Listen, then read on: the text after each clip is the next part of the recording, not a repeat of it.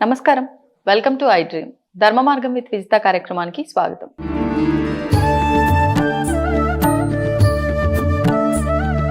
ప్రస్తుతం మనతో పాటు ఉన్నారు ప్రముఖ జ్యోతిష వాస్తు పండితులు బ్రహ్మశ్రీ అన్నవరపు తిరుపతి మూర్తి అవధాని గారు. ఇప్పుడు గురుగారితో మాట్లాడి మరిన్ని విషయాలు తెలుసుకుందాం.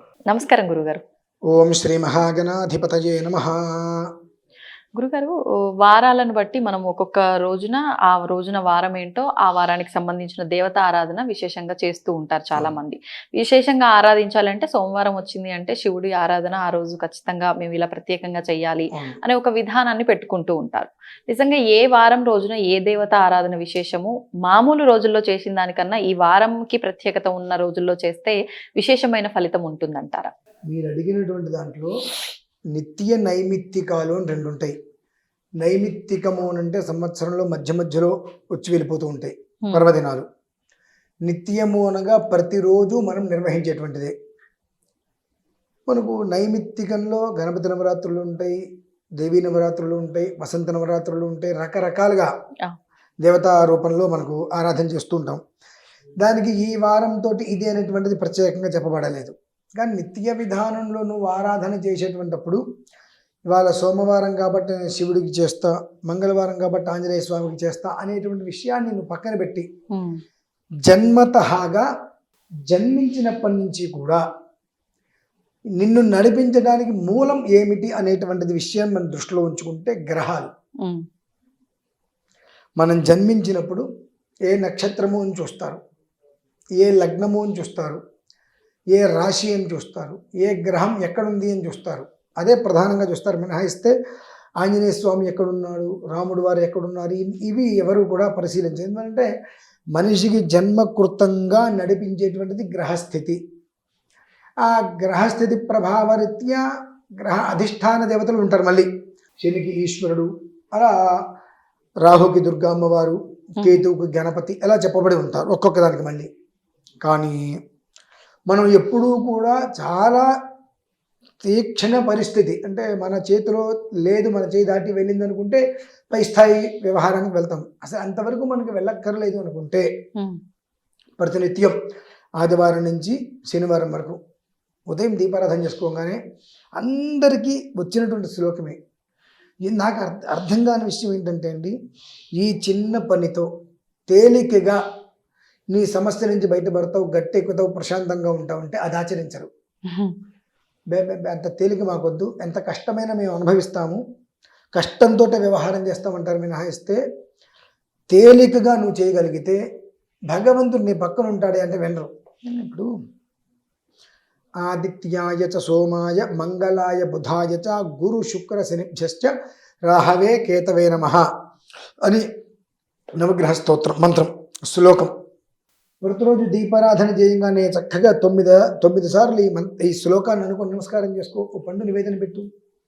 ఈ నవగ్రహాల యొక్క అనుగ్రహం నీకు ఉంటే ఇంకొక సమస్య నీకు ఎందుకు వస్తుంది? ఆయన ఎందువల్లంటే నువ్వు ఏది చెయ్యాలి అనేటువంటిది రెండు రకాలుగా ఒక విధానం నీకు ఏర్పాటు చేసేది వాళ్ళే కదా. నీకు రెండు అవకాశాలు ఇస్తున్నారు, ఒకటి మంచి ఒకటి చెడు. నువ్వు నిర్ణయించుకొని చెప్పేది వాళ్ళే.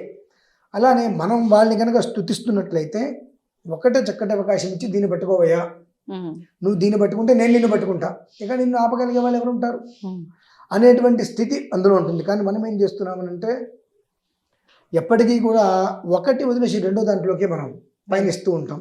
కాబట్టి తద్వారా వచ్చేటువంటి సమస్యలకు నైమిత్తికంలో రేపు శ్రావణ శుక్రవారం ఉంది, అమ్మవారికి ఆరాధన చేసుకున్నాం, కార్తీక సోమవారం ఉంది, ఈశ్వరునికి అభిషేకం చేసుకున్నాం. ఇంతకాలం చేసింది ఒక రుద్రంతో అయితే పోదు కదా, ఒక రుద్రం అభిషేకం చేసుకుంటే పోదు కదా. మరి ఎలా? ముందు తగలకుండా ఉండే ప్రయత్నం చేసుకో. ముందు తగలకుండా ఉండే ప్రయత్నం చేసుకుంటే చెప్పులు లేకుండా వెళ్తున్నావు. తీక్షణ దృష్టి కనుక నీకు ఉన్నట్లయితే ముళ్ళు ఎక్కడో నీకు కనిపిస్తుంది. ఒకవేళ ముళ్ళు ఉంటే ఊరికే అలా చిన్న ముక్క దిగితే దాన్ని తీసేసుకోవచ్చు. ఆ లోపల విరిగితే అది కదా ప్రమాదము. కాబట్టి ఒక రక్షణ. అప్పుడేం చేస్తావు, నువ్వు కాళ్ళకి చెప్పులు వేసుకొని వెళ్తున్నావు. చెప్పులు వేసుకుని వెళ్ళినప్పటికీ కూడా ఎలా పడితే అలా వెళ్తే పెద్ద పెద్ద ముళ్ళు అయితే దిగిపోతాయి కదా. కాబట్టి చెప్పులు వేసుకున్నా నువ్వు, నేను చెప్పులు వేసుకున్నాక ఇష్టం వచ్చి నడుస్తా అంటాను కాదు, చెప్పులు వేసుకున్నప్పటికీ కూడా ఎంతవరకు మనం నడవగలం అంతవరకే ఒక వ్యవస్థలో మనం వెళ్ళగలిగితే మన జీవితం ప్రశాంతంగా ఉంటుంది. కాబట్టి ప్రతి వారము ఆదివారం సూర్యుడు, సోమవారం చంద్రుడు, మంగళవారం కుజుడు, బుధవారం బుధుడు అనేటువంటి దానికన్నా వాళ్ళల్లో వాళ్ళకి నేను ఈరోజు నీకు అర్చన చేస్తా, ఈరోజు నీకు అర్చన చేస్తా అంటాం కన్నా ఆదిత్యాయ చ సోమాయ మంగళాయ బుధాయ చ గురు శుక్ర శనిభ్యశ్చ రాహవే కేతవే నమః అని చెప్పి ఆదివారం ఉదయం దీపారాధన చేసుకొని 9 సార్లు అనుకోండి. అయ్యో పండు నివేదన పెట్టేసేయండి. సోమవారం ఉదయం 9 సార్లు అనుకోండి.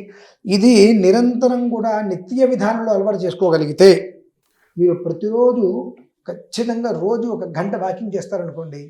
వాకింగ్ చేయకుండా ఏ పని చేయరు, ఖచ్చితంగా వాకింగ్ చేస్తారు.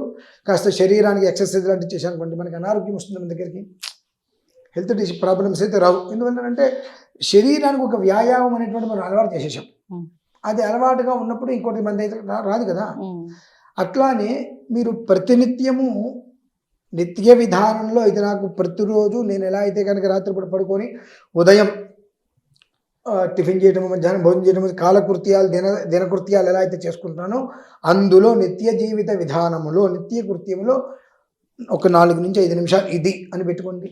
బహుశా హాస్పిటల్ పరిస్థితికి వెళ్ళవలసిన అవసరం ఉండదు. అలా అని చెప్పి కష్టం వచ్చిందని గుడి మెట్లు తొక్కాల్సిన అవసరం ఉండదు.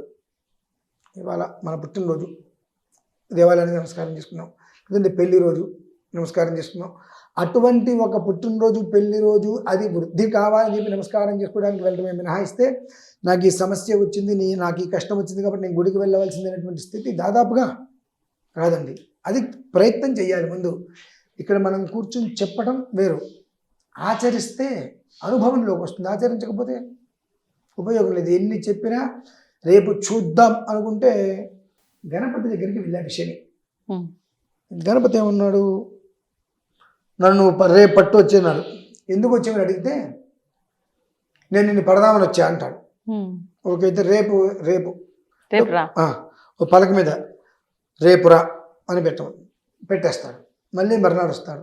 ఏంటి పట్టుకోవడానికి వచ్చా, పలక మీద ఏముంది రేపు రాను, మళ్ళీ వెళ్ళు. అలా తిరుగుతూ ఉంటాడు. అంటే చివరికి అన్నాడు, ఆయన నీ జోలికి నేను రాను అన్నాడు. అంటే ఒక అలవాటు అనేటువంటి నిత్యం మనకు ఉండాలి. నిత్యము మనకు ఒక అలవాటు ఉంది అంటే మన జోలికి ఎవరు రారు. అలాగే ఆంజనేయ స్వామిని ఎక్కువగా ఆరాధన చేస్తే శనిపేడ నివారణ అవుతుంది. ఓకే, ఆంజనేయ స్వామిని ఎక్కువగా ఆరాధన చేయాలి. ఎందువల్లనంటే నవగ్రహాలలో అత్యంత శుభగ్రహం శని. ఆయన అనుగ్రహం ఉంటే మిగిలిన వాళ్ళందరూ మనకు తోడుగానే నిలబడతారు. ఆయన ఒక్కడు ఆగ్రహిస్తే ఎవరేం చేయలేరు. కనుక ఆంజనేయ స్వామి వారిని నమస్కారం చేసుకోవాలి. ఆంజనేయ స్వామి దగ్గర కూడా శని వచ్చాడు. నేను నిన్ను పట్టుకుంటా నన్ను నోట్లో పడతా బాబు, నేను రామరామ అనాలి, కాళ్ళ మీద పడతా, రాముడి వారికి సేవ చేయాలి, చేతులకి పడతా, రాముడి వారికి నేను చాలా వస్తువులు తీసుకురావాల్సినవి ఉన్నాయి, మరి ఎట్లా కంఠానికి పడతా, కష్టమవుతుంది, నేను రామశబ్దం ఎక్కించి రావాలి. ఇక శని అన్ని రకాలుగా ప్రయత్నం చేసి గుండెకి పట్టుకుంటా, నేను చీలిస్తే అక్కడ రాముడు ఉంటాడు, నువ్వు ఇబ్బంది పడతావు, మరి ఏం చేయాలి? తోక ఉంది, తోకని గిలగల అటు ఇటు కొట్టుకుంటూ ఉంటా కాబట్టి నువ్వు దానికి కాను, మరి ఎట్లా నీ నెత్తిని పడతా, సరే పట్టు అంటాడు. నెత్తి మీద ఎక్కి కూర్చుంటాడు. ఆంజనేయ స్వామి ఏం చేస్తాడు, బండ రాళ్ళు తీసుకొచ్చి నెత్తి మీద పెట్టుకుని వెళ్తుంటే ఆయన నాకు వల్ల కాదయ్య బాబు, నేనే నిన్ను పట్టుకుంటా అంటే నా నెత్తి మీద నువ్వు బరువు పెడుతున్నావు అని వదిలేసి వచ్చేస్తాడు. ఇలా కొన్ని ఉన్నాయి. అలానే మొత్తం లంక దహించేస్తున్న పరిస్థితుల్లో శనేశ్వరుడు లోపల బంధిది ఉంటే ఆంజనేయ స్వామి ఆయన విడిపించారని చెప్పి రకరకాలుగా ఇలా కొన్ని చరిత్రలు ఉన్నాయి. తద్వారా ఆంజనేయ స్వామిని కూడా ఆరాధించడం వల్ల ఈ యొక్క శని ప్రభావం తగ్గుతుంది, కనుక జీవితాలు బాగుపడతాయి. కాబట్టి ప్రతి వారము ఏ దేవుణ్ణి ఆరాధించాలి అని 100 రకాల ఆలోచనలు చేయటం కన్నా నవగ్రహ స్తోత్రం, నవగ్రహ శ్లోకం, ఆ నవగ్రహ శ్లోకాన్ని రోజు 9 సార్లు ఖచ్చితంగా 2-3 నిమిషాల మించి ఉంటుందమ్మా. గట్టిగా అయితే 4 నిమిషాలు తీసుకోండి, అయిపోయాయి. ఆ 4 నిమిషాలు దేవుడి దగ్గర సమయాన్ని కేటాయించగలిగితే చతుర్విధ ఫల పురుషార్థాలు అందుతాయి.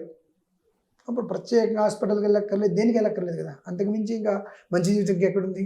కాబట్టి ఇది సింపుల్గా ఆచరిస్తే చాలు. అది. ధన్యవాదాలు.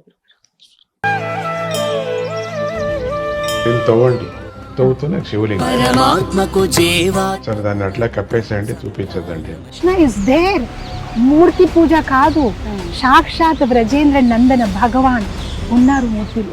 ఏమీ ఆశించకుండా ఆరాధించే వాళ్ళు కూడా ఉన్నారా ప్రభుజీ? నిజమైన భక్తి అంటే మనకు తెలియదు కాబట్టి